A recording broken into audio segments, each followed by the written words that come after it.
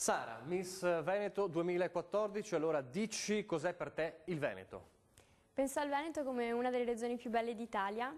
Avendo fatto un istituto turistico posso dire che ha delle bellissime potenzialità turistiche, le città da un punto di vista artistico, il mare, la montagna, le località termali e quindi penso veramente che vorrei che diventasse molto più importante da un punto di vista turistico. A chi non conosce il Veneto, come lo descriveresti oggi? Una cartolina dal Veneto da parte tua.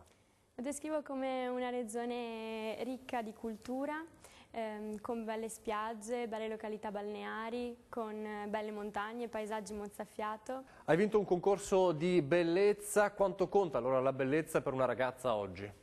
La bellezza conta senza dubbio e infatti può dare anche soddisfazioni, certo come sto vivendo io adesso, però non penso sia la chiave della felicità o comunque quello che conta nella vita, perché prima o poi chiaramente svanisce, quindi penso che più che altro quello che conti siano i valori e le emozioni che si provano, certo, la cultura.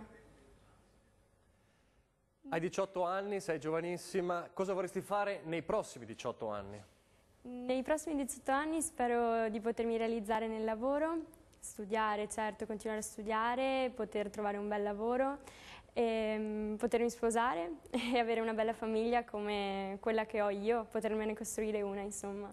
Questo. Niente cinema, niente spettacolo? Ci sto pensando adesso, perché in realtà sta succedendo tutto in fretta. Cos'è per te la felicità?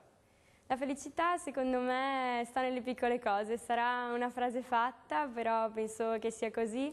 La felicità secondo me è tornare a casa, stare tutti insieme a tavola, oppure uscire a mangiare una pizza con il mio ragazzo, vedere un bel paesaggio. Miss Italia, la finale è a Jesolo, giochi in casa, cioè nel tuo Veneto, da 1 a 1000 quante probabilità pensi di avere di vincere? Beh, se devo essere sincera, penso di avere le stesse probabilità delle altre concorrenti, che sicuramente per avere una fascia regionale come me meriteranno senza dubbio, insomma, quello che stanno vivendo. Mi sto preparando psicologicamente, specialmente, perché è una cosa nuovissima per me, non avevo mai fatto niente prima d'ora e quindi sì, psicologicamente piano piano ci sto lavorando, ecco.